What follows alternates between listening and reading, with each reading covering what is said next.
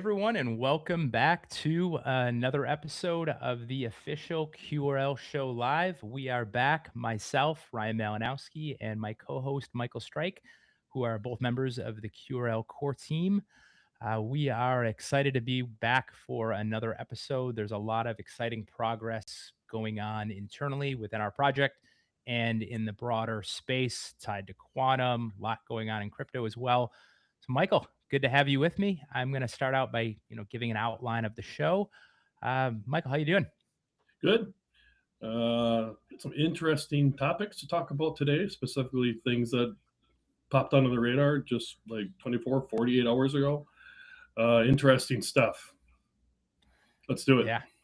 Perfect. Well, to give those that are viewing the stream, I know a couple more people are going to start joining in a few minutes, but to give you a sense for what we're going to be covering in today's episode, what we have here is I'm going to go through a quick show outline. So, what we're going to do first is we're going to do a little bit of quantum news corner, cover some of the latest in quantum news. There's a lot going on, little crypto catch up as well. So, specific to blockchain and crypto. We'll do a little section on QRL Spotlight, spotlighting some of the initiatives within the community, whether someone's building an app, something that's front facing, something that's a tool. We'll showcase a couple of those, give other people in the community some ideas on what maybe they could build. We are going to have Superposition Society, which is the place for our community to live, and the same place, everywhere all at once. That's our Q&A. So if you have questions, we highly encourage you to start thinking about your questions, drop them in the chat because we're going to be answering live questions, Q&A. We already have a number of community questions that came up. We'll begin with those. So get those teed up. We'll have a little quantum on-ramp section, talk about ways that you can be involved in the project, big or small, and wrap it up from there. So, Strike, I am going to start by, we'll start with a little quantum news corner here. Right here, we have teed up. We're going to share a doc in a moment, and I'll let you take over the screen. Some public, national, post-quantum crypto migration declarations from a high level, like from national level. I'm going to let you take over here and kind of cover what this is and what this means to all of us. Do you want me to keep up what's on screen here, or do you want to take over on your screen? Yeah, a few comments. So one of the arguments about quantum computing is that it's still 5 years away, it's still 10 years away, it's 15, it's 20, whatever that is. And one of the strongest counterpoints, not just logically, is that nation states are already upgrading. So whether or not you believe, whether or not you don't believe in that they will ever function, that the remaining engineering problems will eventually be solved. There are problems that need to be solved yet, but they are getting solved. And most nation states are at like a 2030, 2035 timeline for completing their post-migration systems. So now all of this is, of course, because of the store now, decrypt later, and not corporations, nation states. And all this because the store now, decrypt later concept. But the interesting part is really that there's a nuance here that doesn't really get talked about a lot. And the nuance is when we're making references to 2030, 2035 nation state post-quantum upgrades because of store now, decrypt later, that's basically essentially an abstraction of Mosca's theorem, right? If you need your data to be secured for the next 15 years, and quantum computers could potentially be out in 10, then you're already 5 years behind. The part that really never gets mentioned is that doesn't quite apply to blockchain. With Bitcoin, it gets a little bit worse because the public keys are always immutable. They're stored on the chain. A lot of the early keys are still stored on the chain. There is a concept of store now, decrypt later for blockchain in which public keys are being harvested and saved. But that doesn't even matter because the nuance is that they're already there, and immutability, which was one of Bitcoin's innovations to solve the Byzantine generals problem, was the immutability of the chain. And so that basically puts the timeline back to 2009. So it's arguable that it's going to be much more difficult to argue. It's going to be much more difficult to upgrade blockchain than it is for corporate technologies. Corporate technologies don't have immutability like blockchain. In addition, they're centralized systems, so they have control. They have full control over how the upgrades go, the other change control processes, and they don't need to reach consensus across the globe. They just need to have their CISO department move forward. Unfortunately, a lot of CISOs still aren't quite there yet, but the interesting part is whenever you look at something like this and you're talking about, oh, it's in the future, or I have time left, that a lot of that doesn't even apply to blockchain. It applies more to blockchain because of blockchain's innovation of immutability. So yeah, I think one important. I think it's Yeah, no, just one important part to add there too is just that, like, you're seeing the macro of timelines are being shortened. Seeing the general direction. You just mentioned the part on the CISOs. It's like we're seeing this on a number of levels of, you know, more people paying attention to what they need to do in terms of, you know, post quantum and where the direction's going. I'm just going to show this other, you know, here's the other slide you had on it. Go back, I think, slides. Stop. Yeah. Jump back. Oops. This slide. So go. We had some dates in there as far as that we skipped over. Yeah. Yeah. So here's just this is a cursory high level view. United States has OMB memorandum M2302 migrated to post quantum cryptography. So United States, UK, Canada, Australia, Japan, European Union. Obviously, China's on that list as well too. Just there's not as much public information here in the West, and you'll see that there's there's dates as far as what the transition is targeted by, and some of those are in the 2020s. Very aggressive. This is being at a national security level. This is being taken very seriously, and we've been talking about this for 6 years. I posted on Twitter, I think like 5 days ago or so. We took one of our old videos where we were talking about this in 2000, I think, and we had the same message back then. We just didn't have the audience. So, yeah, and you mean when you said 2000, you meant to say 2020. I know what you're saying. 2020.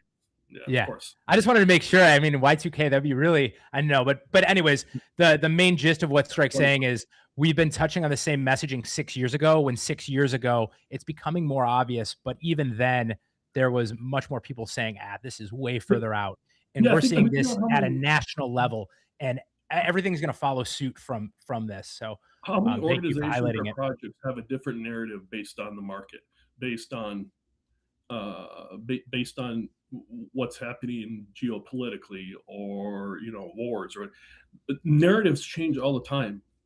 One of the reasons I love this project is we've been saying the same thing 6 years, you know, back when, you know, our only audience was crickets. So there's been a consistent message here. I think that's important. I think that's important when assessing projects. Yeah, no, absolutely. We're gonna go to there's a couple other items in the docket here. We brought this one up. This is another big one. I'm going to let you take over, Strike, here. I'm just going to read the headline and then you can touch on this. So quantum decryption, RSA, is much closer than expected is the headline. The big one we want to highlight here is the potential of requiring less than 5,000 qubits. What's that mean? Where does this go on the ratio of signal versus noise? What's your take here? Let me see if I can present here. Yep. Let me I'll stop my share here, and you can take over.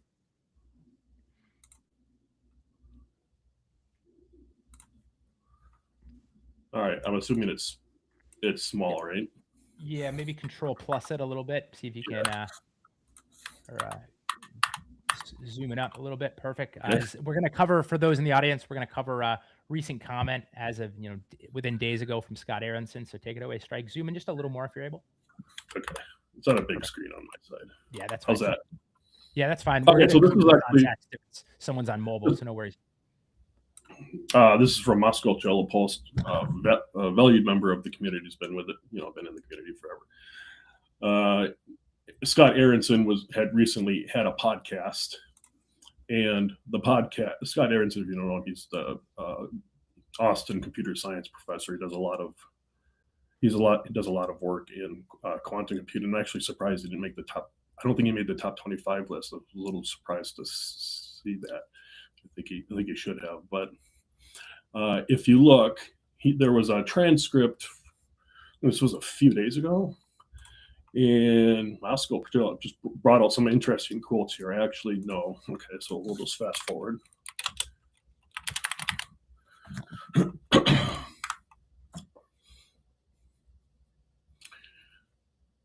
I actually know that there are people thinking about the exact resource requirements for Shor's algorithm for breaking various crypto, and you can read the rest of the quote here. Something I hadn't necessarily considered in the past is when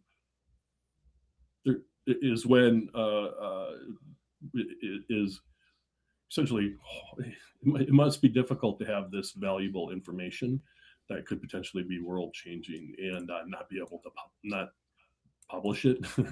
But he's implying here that he knows people that have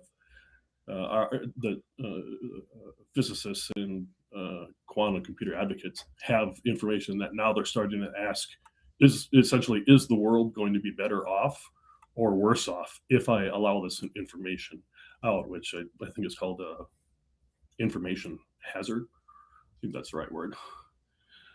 And the other quote was the eventual solution. So this is Moscow's quote. Yeah, I'll read it out loud, and then you can just cover the gist. The eventual solution, which we've known about for decades, is for people to migrate to quantum-resistant cryptography. The best time to start thinking about this was yesterday. The second best time is today. And so Scott Aronson's kind of laying out in recent comments with those two, the one I just read as well, what Strike is alluding to, and what Moscow Chill showed here. So subjectively, it definitely seems like he has more to say that he can't, right? So that was that podcast, I think, was relevant. New topic. Yeah. So now you want me to show the RSA one, or the quantum encryption one? Perfect. So we're going to jump back to sharing my screen here. We're going to go back to where we were. We're here at this article that Strike brought up, and was this in Security Week? Strike, take it away on this one. What's this one mean? Yeah, so what was it? Okay, so 2 weeks ago we had our first live episode, right? Yep. And we were talking about how we went from a few years ago 21 million noisy qubits down to a few years later, I think it was 100,000. And 2 weeks ago, there was a theoretical paper put out that brought it down to 10,000. These are all logical qubits that are error corrected. And yesterday, why don't I share? Can I share my screen here? I've got the article up. Yeah, and the one from last week was 1 million down to 100,000, but they're obviously they have yeah, the new okay, it was okay. Yeah.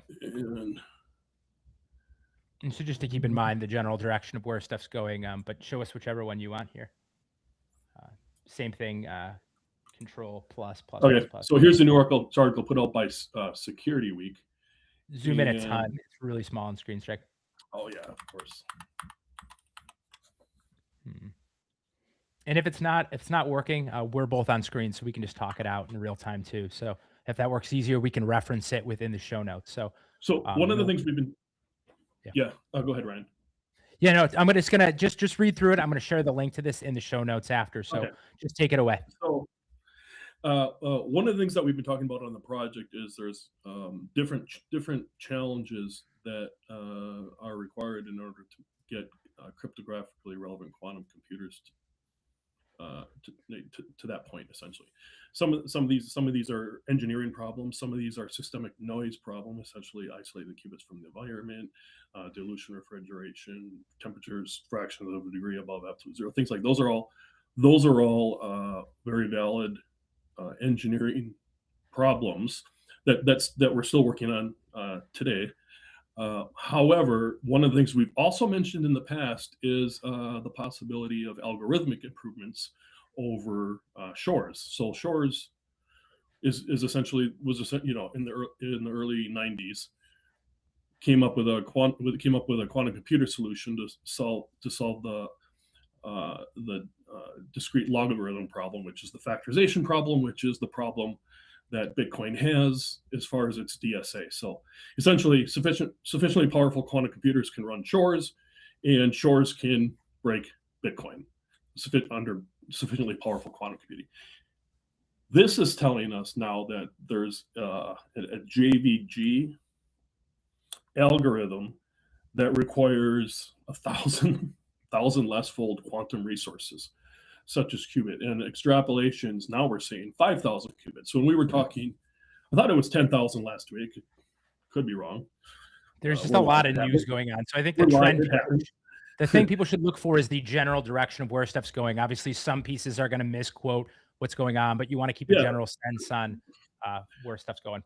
2 weeks ago, we were talking in the past 2 weeks, it's at least halved.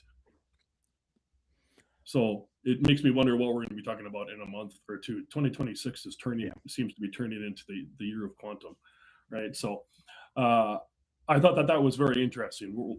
You have the link, Ryan. We'll put it in the show notes. We'll put the couple of them as well as the Scott Aronson comments. We'll put those in the show notes briefly after the show.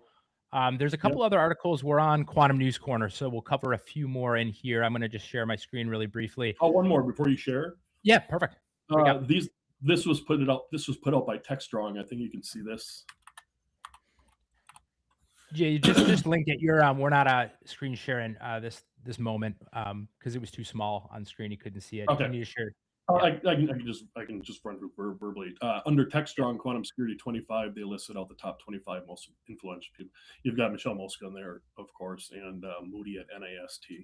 And we have obviously our good friend Konstantinos on there. He's been a guest on the show a few times. Bob Suter has been a guest.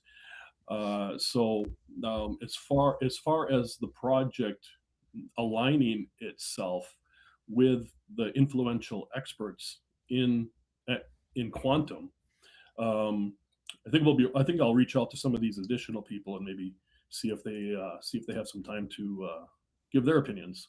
Yeah, we have a couple upcoming. Strike and I are going to be hosting a couple upcoming, potential live panels. We've done those in the past with Konstantinos, Karagiannis, Anastasia, Marchinkova, and some others. We'll looking for Bob Suter as well from University of Buffalo and among others. So I see in the live chat speaking on some of the quantum news we were showing, I see someone in the comments wrote, "Hey, I'm not sure on JVG algorithm on the legitimacy. It's much less researched and peer reviewed. Could be a massive breakthrough," they're saying. But as we just mentioned a couple minutes ago, it's really in our industry, especially, really want to read everything and bring it in, but then try to decipher between the signal and noise what it could potentially mean. So there's just a couple recent stories. Strike, is there anything else on that one? I just wanted to briefly highlight one or two others. Go ahead and take this. Go ahead and take the screen back. Perfect. So some of this is theoretical, of course, and some of it's not peer. It hasn't had time to be peer reviewed properly. But when at some point, the number of logical qubits necessary is going to be so low that it will draw. The lower it goes, the more attention it's going to draw. And you can, if you follow the exponential decrease, this is in my opinion, at an inevitable point in the near time future. Yeah. So I'm just going to briefly show two more pieces. One, the latter one I show is one that we briefly touched on 2 weeks ago. This one, I talked to Dr. Joseph Kearney on our team, and he shared this one with me. This is a quantum HPC hybrid biomolecular simulation from Quantinium Ricken. I'm butchering on the pronunciation there, but in short, scientists ran a real quantum classical hybrid workflow on the hardware to simulate the molecular chemistry better than classical computers can manage. It's less direct to blockchain, but it shows quantum computers are doing useful work in the real world. And so this obviously, you can read through this. It's more of a demo on how fast the industry is progressing. As as Michael alluded to in a minute ago. And then, so it's just real world capabilities of these quantum devices. The next one I'm going to show is the one that we touched on 2 weeks ago, which was the Pinnacle architecture one. We'll link to this one in the show notes as well. This one just reduces the complexity of breaking RSA. Pretty straightforward. This can potentially then be applied to ECDSA. So these two articles definitely fitted within that quantum news corner. Michael, anything else before we jump into a brief? Yeah. One other thing that's not mentioned, a lot of the articles reference RSA 2048 and the elliptical curve that Bitcoin uses is SECP 256K1. So that requires less qubits. It's easier to break. In theory, it's easier to break Bitcoin digital security algorithm than it is RS 2048. So that's an important nuance as well, because the quantum algorithms don't really care what kind of encryption is. It just more cares about the bit depth.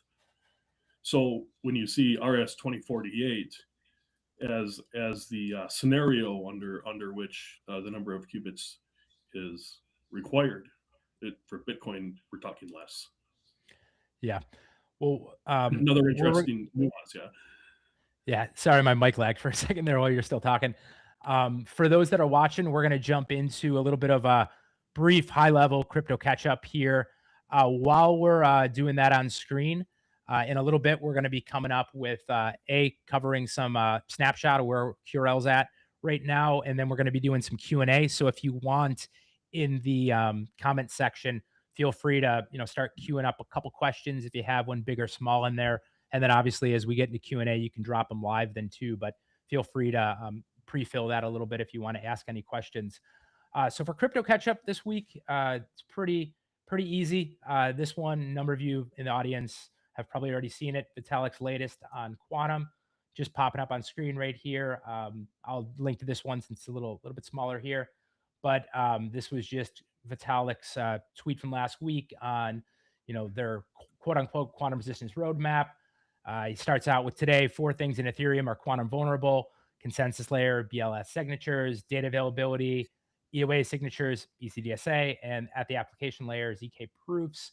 Then you can read through the whole thing. But I think it's just the important part here is that, big projects, a lot of projects out there from, Ethereum, Bitcoin, they're all starting to pay much more attention in terms of, okay, we got to start to do something about it.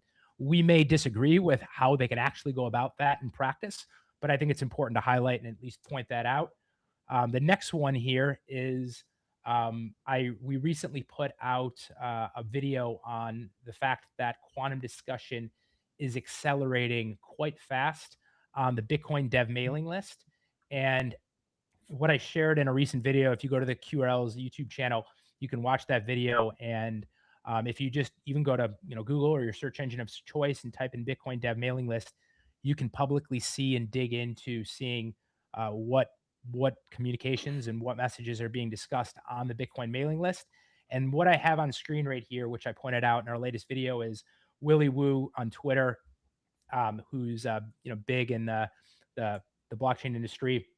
He pulled some charts back in January, at the end of the January, that show some pretty clear info on how much Bitcoin developers are really starting to pay attention to the quantum threat. So what we're looking at right here on screen is a chart that he created, which shows that no meaningful quantum discussion on quantum resistance or security was discussed barely at all on the Bitcoin dev mailing list between 2018 and 2024, and really is an up ramp starting in 2025. And pretty much, other than a couple months and low months through then, it's really started to ramp up in terms of, if you jump into the Bitcoin dev mailing list, people are discussing. A recent guest on our show, Hunter Beast, obviously put forth Bit 360. There's talk on that tied to quantum, but there's just a lot of questions, a lot of potential ideas for what different people within the Bitcoin developer community have. So I highly encourage, if you aren't familiar, go to the Bitcoin dev mailing list, use the search function, type in quantum alongside watching our latest video, which is on this exact topic. I think that's really helpful. And maybe if you have some friends that are, people aren't paying attention to the quantum threat, just another good resource to share. Hey, look at this. These are the, people that are driving the direction of quantum. These are the people driving the direction of Bitcoin. They're paying attention to quantum. So that is the quantum crypto catch-up news corner with a few items. The next section that I An want to jump interesting thing I just into. realized, Ryan, What's right? an interesting thing I just realized, the sentiment within the Bitcoin community and the cryptographic community of how of the threat that exists feels like not the same sense of has the same sense of urgency that kind of the team felt or saw in 2020 or 2019, right? It's it's interesting. It's interesting to see. Okay, having done the content so many years ago, and now the energy and the content from years ago now kind of matches where the sentiment uh, currently, the feeling or the sentiment currently is today. To me, when I'm evaluating projects, crypto projects, or be it anything else, really is the track record and essentially the ability to try and predict the future is one of the most challenging things to do. We got lucky, or we just have the perfect combination of the team, or a combination of the two. Another example is when we released the first block of QRL in 2018. NIST had what was 70 plus post quantum secured digital hashes to choose from, and we had to make a guess as to what we were going to use. That 70 eventually went down to 50, down to 40, down to 30, and I think it was 3 years after mainnet, something like that. NIST arrived at XMSS, which I'll just say luckily or skillfully or whatever. The forward thinking on that. Yeah. Yeah. So these are, if you look at the history of the project, things check out. It's just you have to wait, and they are checking out. And NIST released XMSS and LMS at the time. So probabilistically, that's a 3-4% chance if it were random out of 70 algorithms. But take it away. Yeah, no, I'm going to just jump back to sharing on screen, and then I'm going to let you kind of touch on this one. What I'm going to be showing here is we just, QRL snapshot from a high level. This is just on the latest info on QRL, as a number of community members have seen. The latest on our latest weekly dev update. One important part that we just want to touch on is probably the most notable part here is the formalized agreement with external auditor. So Michael, I'll let you kind of take it away. We'll keep it high level. And for now, in an upcoming show, we'll continue to jump into more of what this means. And I think this is something that the community is going to be very excited about. And it's just great for the project in general. So here we have the auditor is Trail of Bits. They're extremely respected in the field of what they do. We going forth with that. We're a project that is we have from the very beginning. We've been a project that is all about being the leader in the space, being forward thinking, and when it comes to choosing the right auditor, they for this one they fit that bill. So Michael, take it away. Cover just high level. What does this mean? This is net new news. Stage we're at. This is live, so this is the first time that's been publicly announced that who the auditor is. We can say that that they've already been taking a look at the code, and that they and us are very excited about moving forward with QRL 2.0. So that any interesting times. Things are moving forward. Yeah, and for those that are watching this, both in our updates and as we progress, there will be more on that in terms of what that means, in terms of timelines and things of that nature. But if you're watching this over the next couple of months, be excited because that means that stuff is going in the direction That's a that reason to we're watch the episodes. Is you might get a little. You'll probably get a nugget here, maybe one or two nuggets ahead of time before the newsletter comes out. So Yeah, so you saw that one end of last week, but we had not announced on who that auditor is. So to answer that question, yep.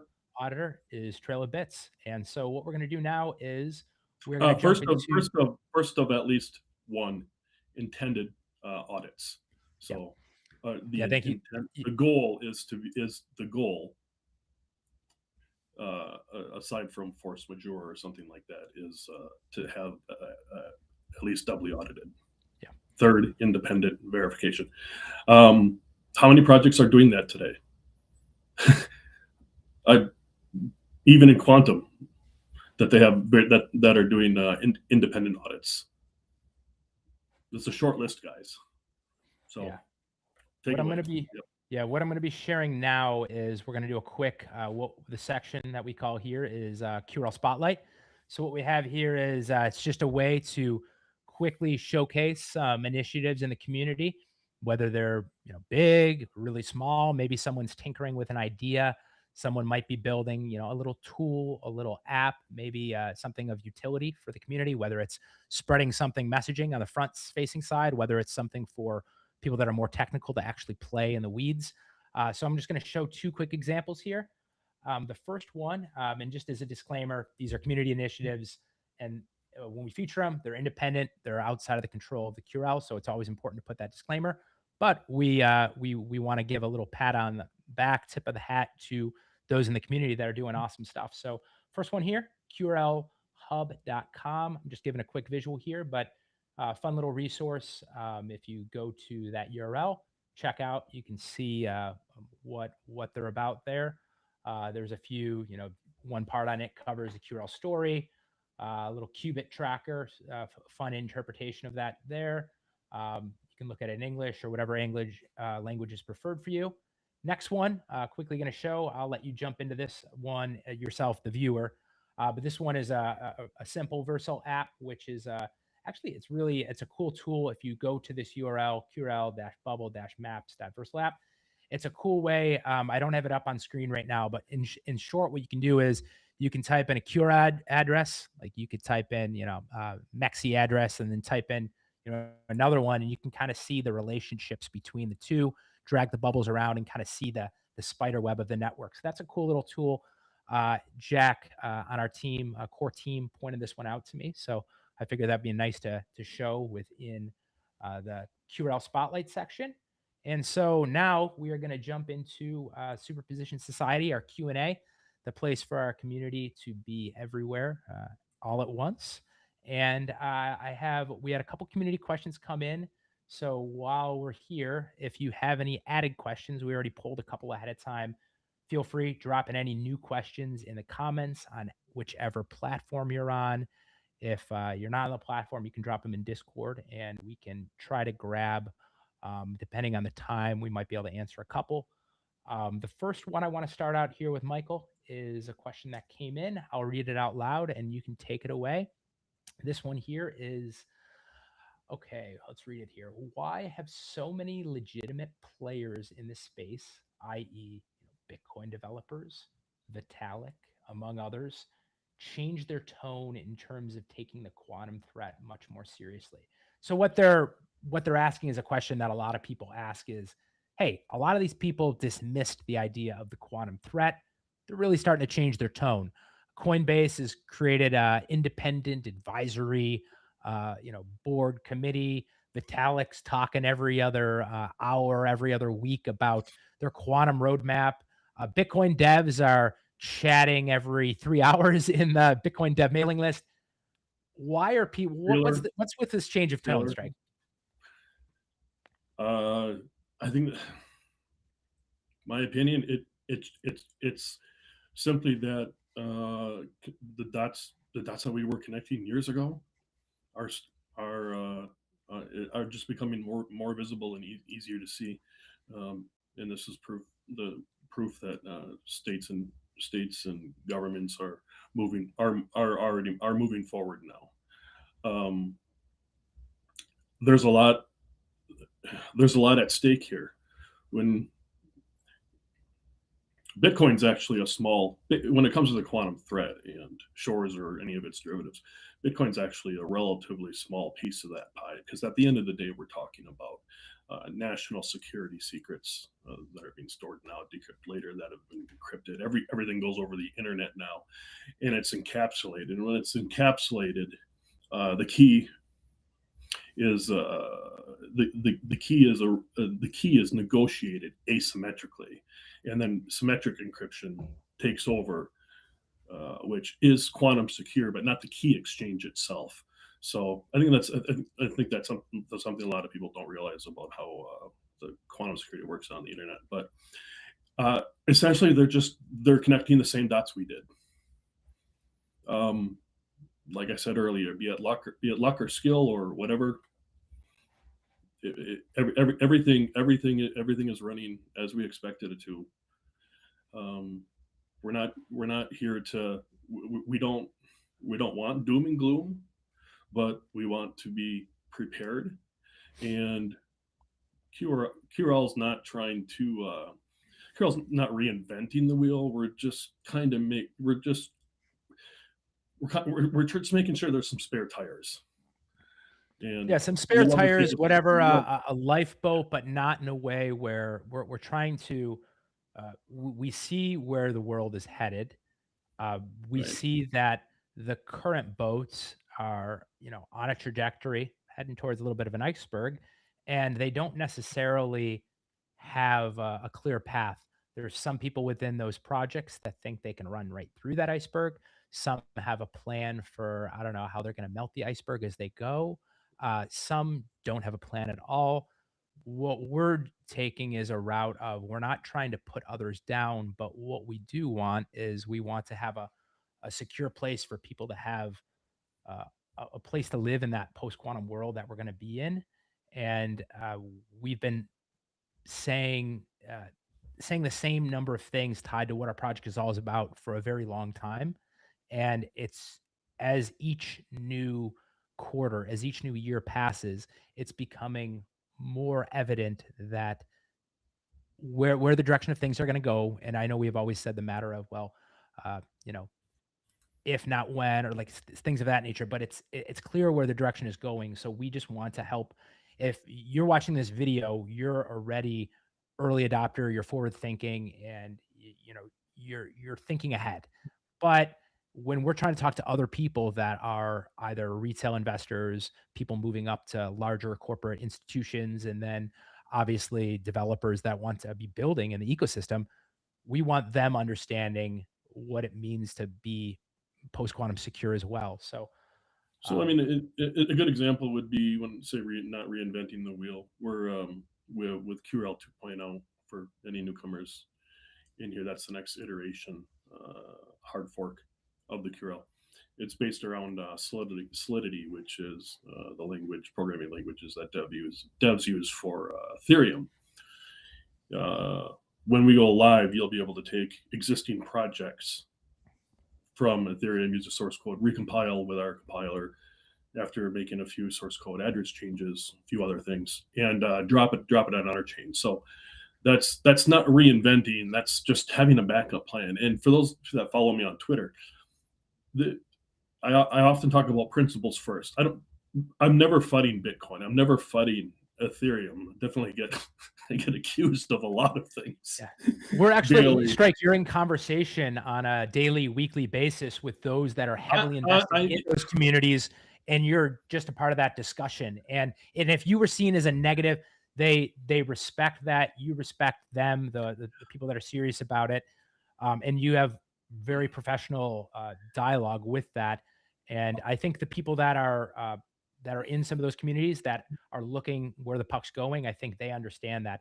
There's obviously going to be the people that are dismissive and think that anything that is not Bitcoin or anything that's not that is against that is awful. Yeah, but I mean, there's lots of people that don't believe that.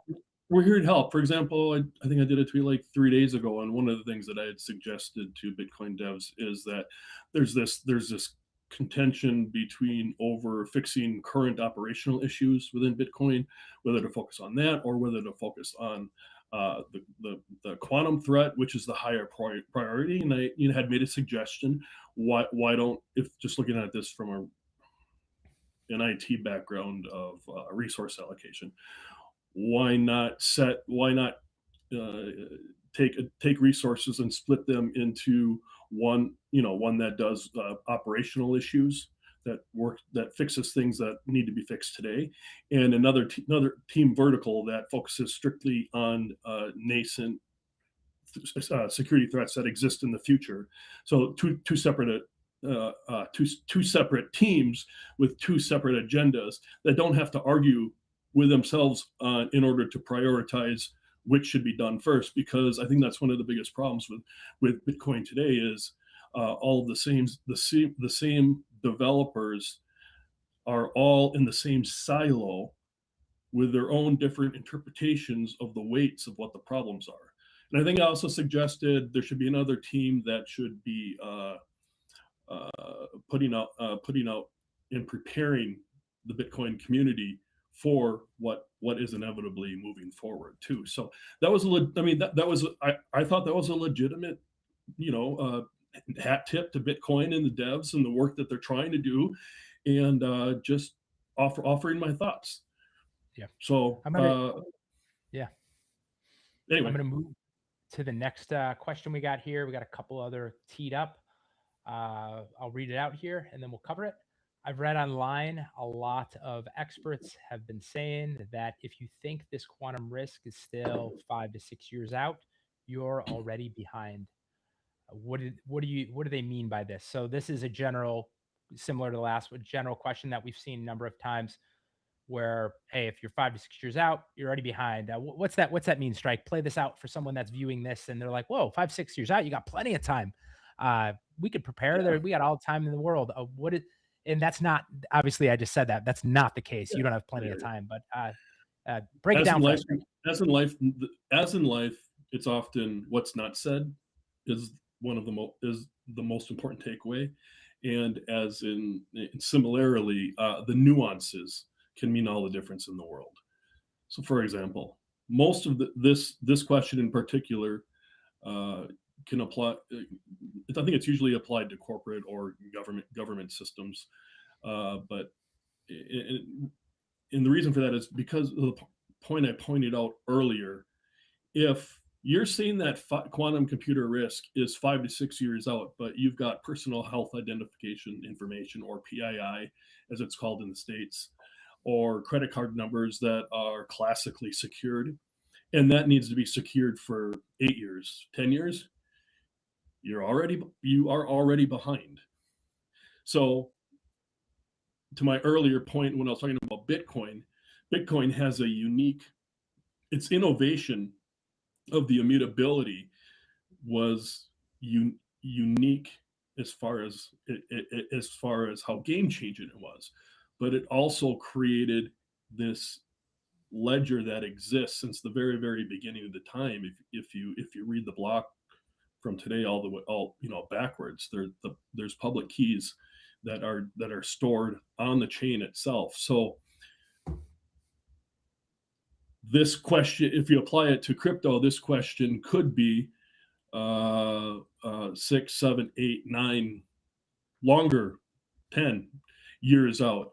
And it is notoriously difficult to make changes to Bitcoin.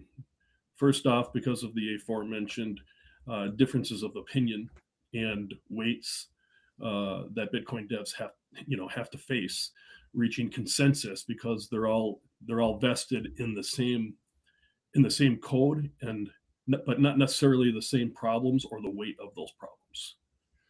So 5 to 6 years out, if you need data secured past 6 years, I mean, you're already behind. Yeah.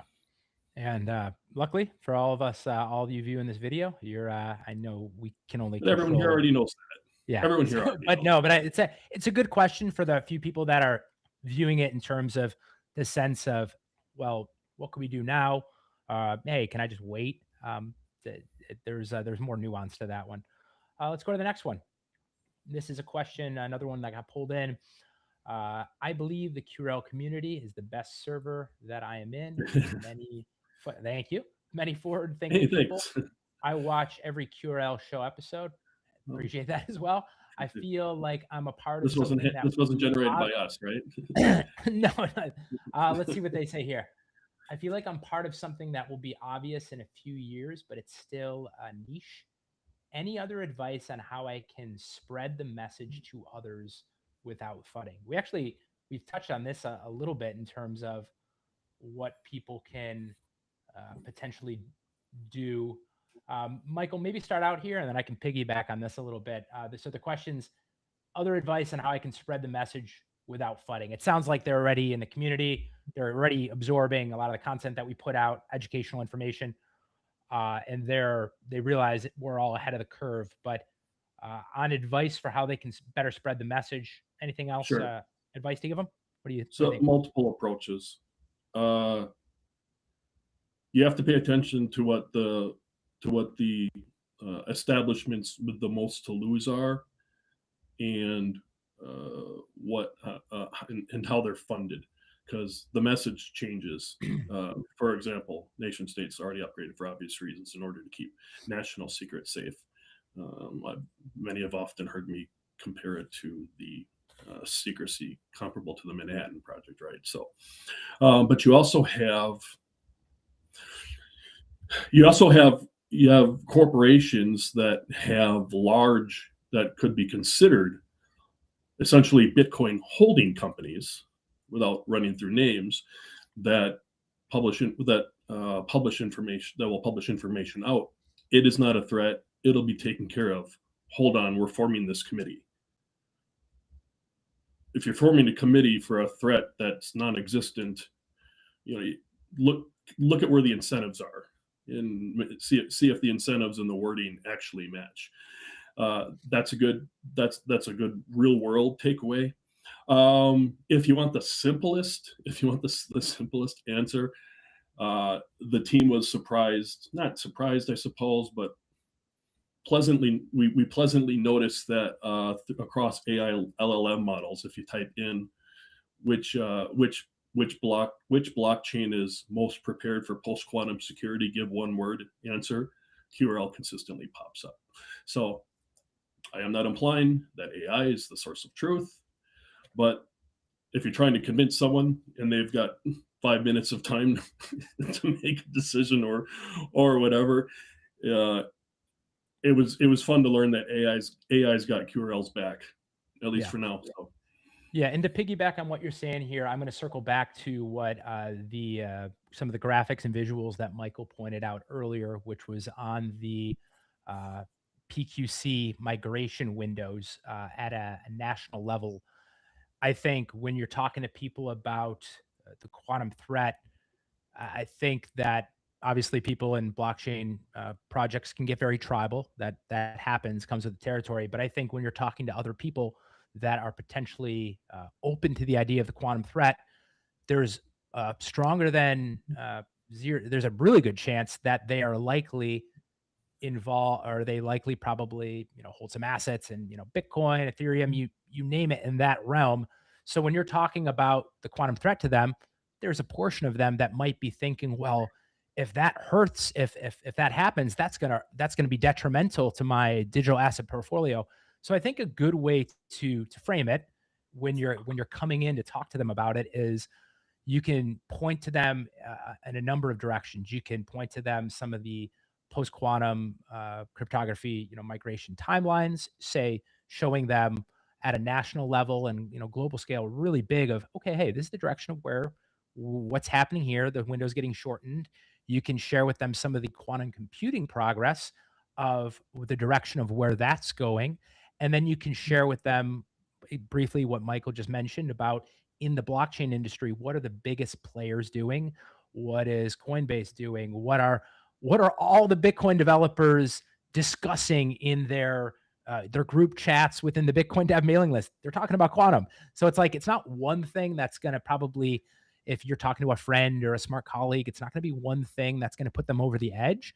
Also, you can share with them all the educational resources that we put out on the QRL show, but the combinations and the sum of that over time, if you share them naturally with that information, I think they'll if they continue reading into it enough, I think they'll naturally come to the same conclusion that yourself and we have in terms of where the quantum threat lies and what it potentially could mean. So I think that's my answer to this question. I like that one. I hope for one other take. There might be another take, and I think it's just a logical take. yeah. I mentioned, let's say you have a crypto portfolio of $100. Let's say you do some research and you give quantum computing a risk to creating chaos and mayhem with Bitcoin, but you only give it a 5 to 8% chance. This obviously NFA, but it seems just logical that you would hedge 5% to 8%, as part of your risk exposure in a portfolio. That's something that could be said to a friend. That's not a net recommendation that I'm giving financial advice. Yeah, exactly. Because it's a logical assessment. Yeah, and just with always, as this is a live show and we're talking and answering some of these questions, obviously we're speaking from the QRL live show from a perspective of this content we're putting out. It's, educational and entertainment purposes, but Michael's laying out a scenario where you can play it out based on your situation or maybe the friend you're introducing situation, and plan out your own risk assessment. And it's a good thought exercise to be. Well, if he's really your friend, he'll just listen to you, right? Maybe that's just a litmus test. Depends how good of a friend they are, but so yeah. So yeah, no, those are a couple of the questions we pulled in. I see one other one on screen here. Let me pop this one up and we'll see. I'll show this on the stream. Another one here, Strike. I'll pop the, let me just share my, stop my screen share. Here we have a question. Are there any plans? Let me pull this one up on screen again. What will be done post-Zond? Yeah. Are there any plans or ideas on what the core devs will do post-Zond, or are quips mostly? What's the?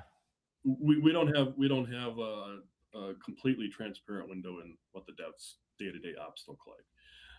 But I'm assuming that the first period of time will be monitoring operations, making sure that everything's working as it's supposed to. And then one of the things that we realize is very important is making the user experience as easy and intuitive as possible. So there'd like to be some options there. I think the user experience, based on my IT background, is something that's often overlooked easily by engineers and programmers. So, and I know that the quips are considered by the devs, but that's really all the information I have. Perfect. If anyone else, I know we're getting up to the hour soon. If anybody else has any other last minute questions they want to jump in. I just see one coming in via a side channel. I'll just pose this one to you, Strike, and we can just kind of riff on it for a minute. Sure. Someone else had a question in terms of, hey, what's this one was just a social. I think this one actually will answer within the quantum on ramp. So I'll actually just jump to this and we can jump back. The question was pertaining to, hey, how can people jump in to maybe consider building? So in the quantum on ramp section, obviously those watching this, many of you are familiar with the QRL.org, but for those that are maybe new jumping in here on the Twitter X stream or on YouTube, QRL.org, start there, choose your own adventure from that point. This was just linked. I'm linking the same one from 2 weeks ago. I think it's just a good readout start for now. This is the link to the question on where someone can go to check out some of the, testnet, doc, stuff like that, test-zon.theqrl.org. So this is to answer the question that came in. This is a good spot to jump into and to kind of look what people can do. And then obviously with us, approaching V2, if you're building something, Solidity developer building something with Ethereum in mind, or you already built something, you're going to be able to take that with some minor tweaks and then be able to bring it over But you'll go here, check this out, read through some of the stuff, and you can kind of get a sense for what it's about. So I hope that answers that one question that the person had here. Throwaway 1024's got an observation that, I don't know if the JVG, sorry, my Yeah, that webcam's we going mentioned that one a little bit ago. Yeah, algorithm is legit. It's much less researched. We acknowledge that. yeah. I Uh, brought that up based on their okay. comment. Yeah.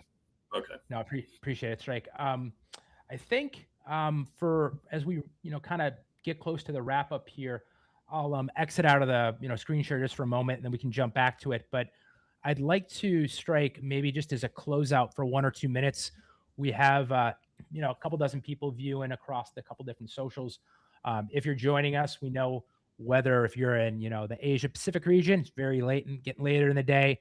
If you're in any region more towards UTC time, it's probably around dinner, late afternoon, or sometime in the late morning, early morning, or wherever else you're in the world. So we really appreciate you being with us. It's a noisy world with a lot of exciting stuff going on between crypto, AI, the latest. So like being with Strike and I, we really appreciate you being a part of our project means a lot, and we're really excited that over the upcoming official QRL live shows, we're going to continue being able to share more and more because we're at a stage right now where we are soon approaching V2 and then be coming up on mainnet in the coming months. And one really exciting part about that is we'll be able to then be able to showcase a lot more of what people can build, what they can touch, and what they can tangibly be doing. And then showcasing that flywheel of, okay, people are building these things. This is how you can touch this. This is what you can do within the ecosystem. So as these live streams kind of start out, there some of it's high level, tied to the quantum threat, and that will continue. But as we continue progressing later into 2026, there's going to be a lot more for us to be able to talk about, and for those that are in the community, for you to be able to do. If you're a community member that is a builder, you're going to be able to touch and do a lot more. If you're someone that is in the community member and maybe you're just dabbling and on the front facing, you're going to be able to showcase a lot more, share, and point people to the right places for us to get people involved in the QRL community. So I just want to tip the hat to those joining us on some of these uh, live Yeah. streams. It's a busy world, so you being with us means a lot to us, and we really appreciate it. But Michael, I'd One other love thing. you to add to that, and then also maybe let's give people a couple nice call to actions on maybe some places that they can go if they're not already in our awesome community already. We Ryan and I generally we spend a lot of time making sure that we're not um, crossing the line as far as what objective truth is, or misleading in interest of the project. We genuinely our principles first is the intent as far as the communication. I don't consider myself um, I don't consider myself a salesman, for example, more an educator, I suppose. So we do the best. We try to we find the best content we can, and we try to present it as objectively based on what experts are saying. So a lot of other projects don't necessarily align with the same set of principles, but we appreciate you jumping in and taking the time to watch the show, obviously, and we'll keep doing that and trying to bring you guys the best content that we can. And before and during and after QRL 2.0 gets released. Yeah, no, it's a couple call to actions, just piggybacking on what Michael said. For those that aren't already in, here's some links. We'll have these in the show notes as well if you want to reference, or if you're watching this a little bit later. I have Discord. You got Twitter X, our YouTube channel where we're consistently and always putting out new educational content, whether it's more long form content. Sometimes we'll do series. A good example of that, history of cryptography, was a long one, but we have some other content around where the threat to Bitcoin is around quantum. A lot of other content coming up. So you got the QRL blog, and then any inquiries for those on the press side. If you have press coverage, we have people reaching out to us to to cover the quantum thread or get a mention, those are the emails there on the left-hand side. But just as a last minute closeout, as kind of already alluded to briefly, uh, appreciate all of you being with us, and we really look forward to the upcoming Yep. streams. And we're really excited that we were able to announce a little bit of a added sneak peek to that formalized agreement with the auditor. We appreciate the questions that came in live. We know based on the time of it being live, not everyone viewing this is going to view it in real time. But if you're viewing this now with us, or if you're viewing this in the next coming days, weeks, you are very far ahead of where most people in the industry are. So pat yourself on the back. You are thinking around the corner of what is to come. And Michael, I One appreciate percenter. yeah, appreciate us Yeah. co-hosting it together. And for We'll all be of you back in 2 viewing, weeks. yeah, we'll be back in 2 weeks. And for those viewing, make sure until the next live episode, as well as content, to keep those digital assets post quantum secure. And we will see you